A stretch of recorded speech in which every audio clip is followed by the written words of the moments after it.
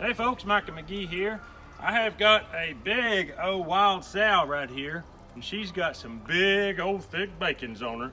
So in this video, I'm going to show you exactly how to make wild hog bacon. A lot of people think you can't make wild hog bacon, but I've been doing it for years, and I know how to make wild hog bacon, and I can tell you, the same way you make tame hog bacon. So first thing we're going to do is skin this thing out. And once we get this thing down to the carcass, I'm going to show you exactly how to cut your bacon off this pig and cure it and smoke it.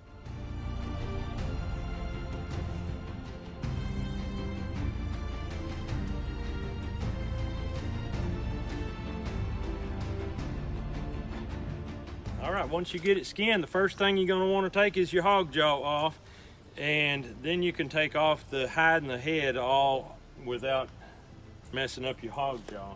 All right, when you skin your pig down, you got your bacon here and you got your hog jaw here.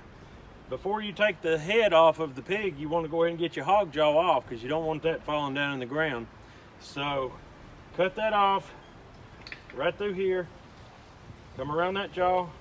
That is some prime bacon that you do not find in a lot of stores. Some stores will sell you good old salted and smoked hog jaw, but it comes at a pretty hefty price, so don't throw that away. That's expensive.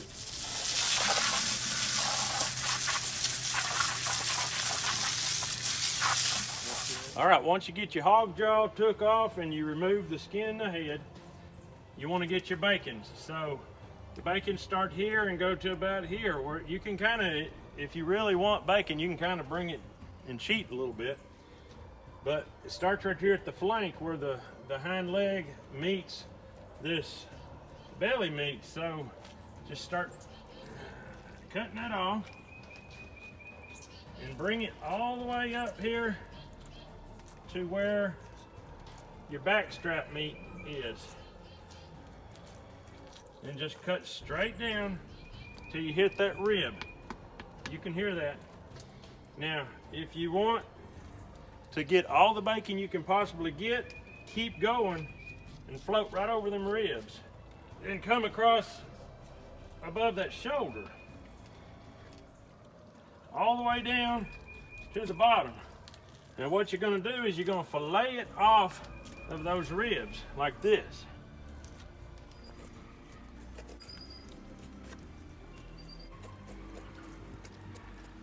Now look what you done. You just cheated Mother Nature out of a pile of bacon. She was trying to give you ribs and you turned it into bacon. You're money ahead, let me tell you. Now we're gonna take the rest of the bacon off that and we're gonna put it in a pre-cooler, and then we're gonna get into the curing stage, and I'm gonna show you in the smokehouse where my salt table is. All right, this is the big old pork bacon. It's time to put it in the smokehouse. Now I've got two of these, plus I got the two jaw sausages, plus I got the two jowls, and so we're going to be doing that right now. I've got the bed made with the salt here. Just going to set this right here, and we got the second one here. These bacons are big. Wow. That leaves us just enough room for our jowls. We got these hog jaw here. We're gonna lay them right in here like this. Now, I buy this good meat salt. It's evaporated food grade salt, and that works wonders on this meat. I'm just gonna pour it all over it. Don't go sparingly. Cover it up. I've heard of people that had meat that went bad because they went easy on the salt. Now we're gonna just pull that salt all the way to the edge, cover it right over. Everything is completely covered in salt. Completely covered.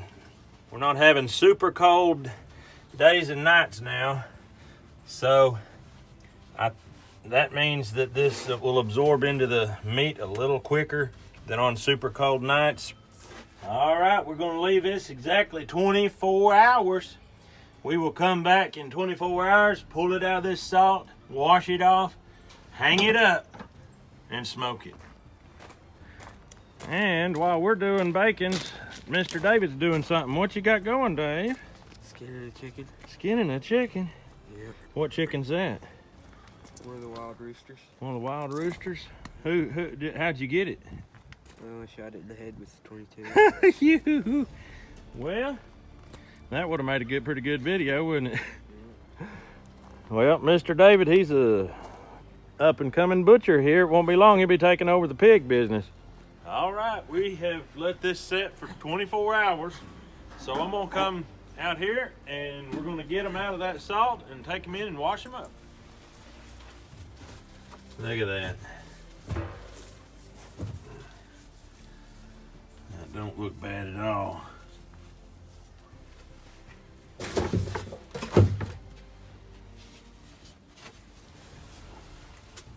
There's some pretty good sized bacons right there.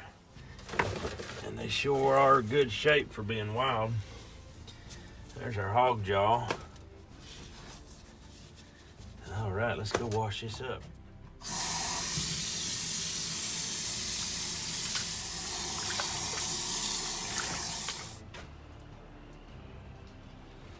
All right, we rigged us up some racks because I don't want these things hanging like I did the sheep. The sheep bacon was a lot smaller.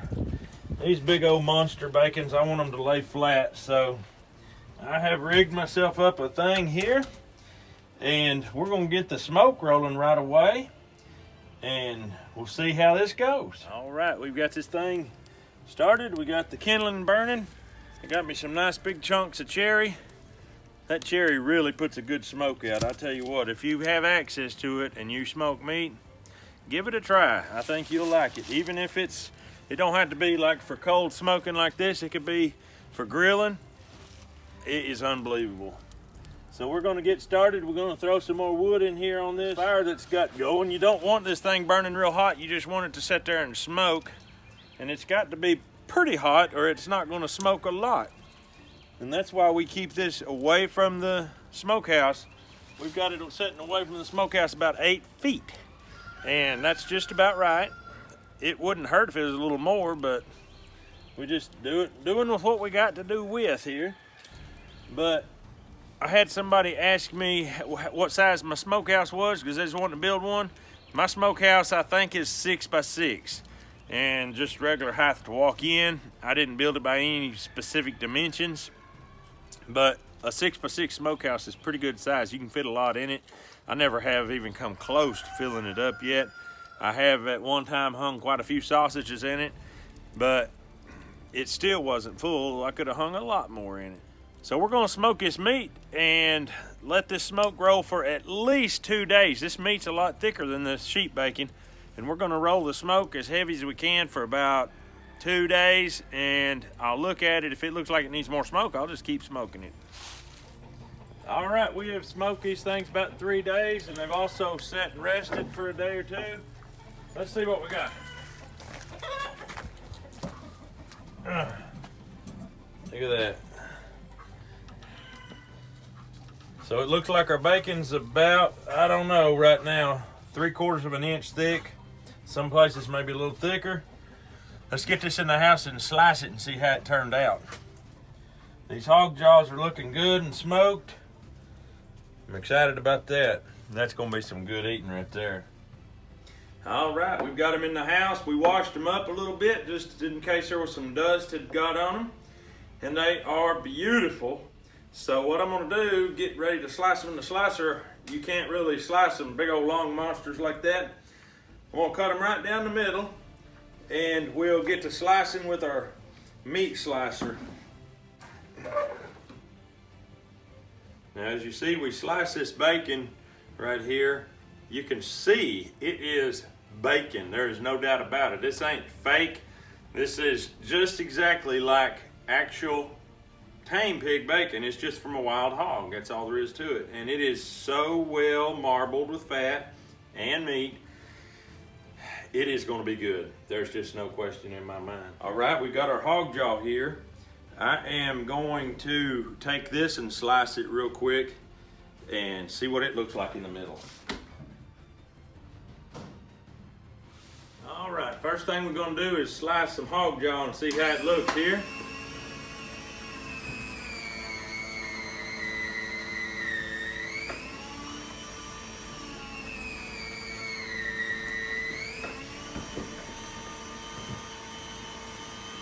Look at that. That will fry up nicely.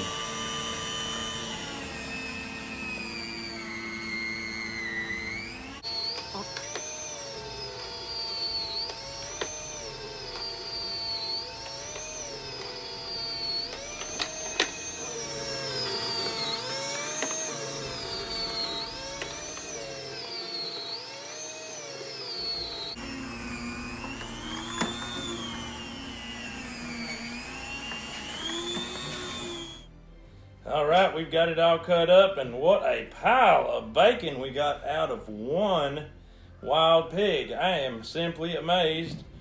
Well, you know what time it is. It's time to get to cooking and try some of this out. We're gonna get to putting some wood in this here stove.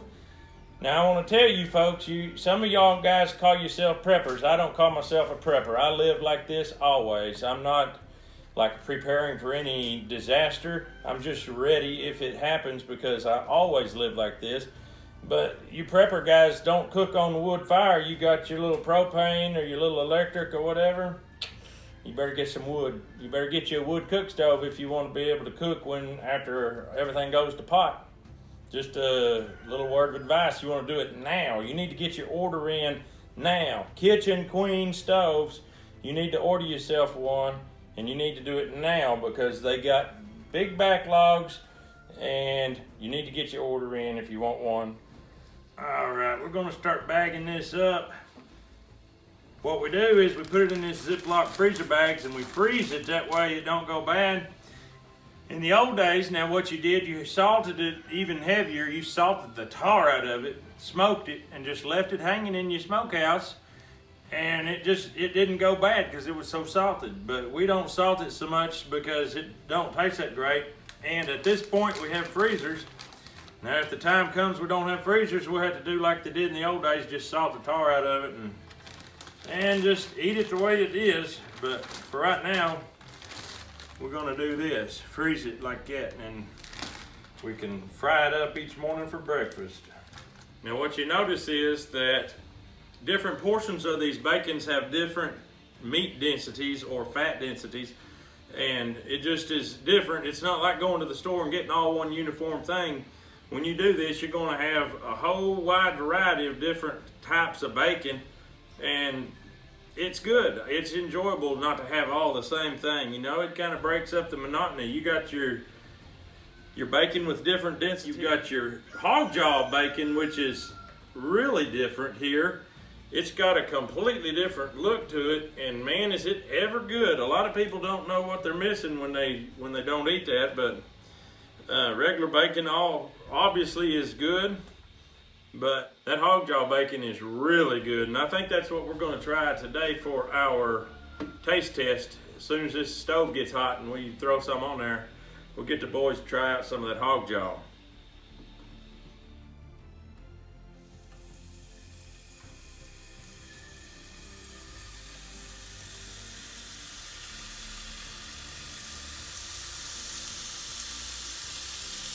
Man, oh man, that looks good. Sizzle and pop, let me tell you. You get you a good fire going and you can absolutely cook you some bacon.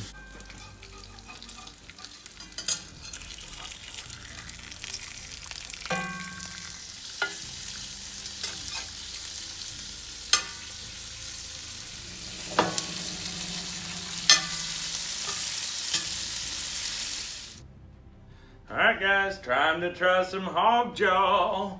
I'm gonna love it, I do believe. Go ahead and try this. Hot? Oh my goodness. Folks, breakfast ain't never gonna be the same. I'm telling you right now, that has got flavor to savor. Folks, I'm not showing this to you. This is not show and tell. This is not, look what I've got. I am showing you how to do this for yourself. I'm concerned about America. I'm concerned about a future crisis that could cause you to be hungry. We love our food to taste good. We have got to the point to where we don't even think about food as being a necessity. It's a want, and we want it to be really good.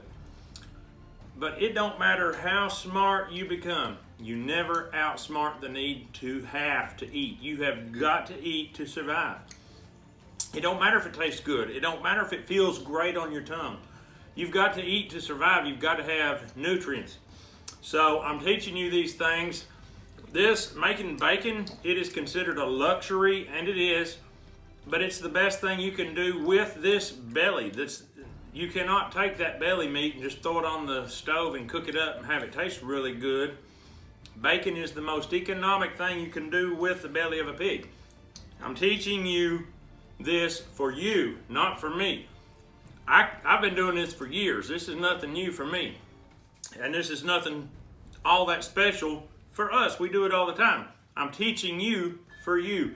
So I hope you're enjoying this. I hope that you will watch these things with an attitude to learn, because once the stores don't have no food, it's going to be kind of hard for you to just do this with no knowledge. You got to know what you're doing.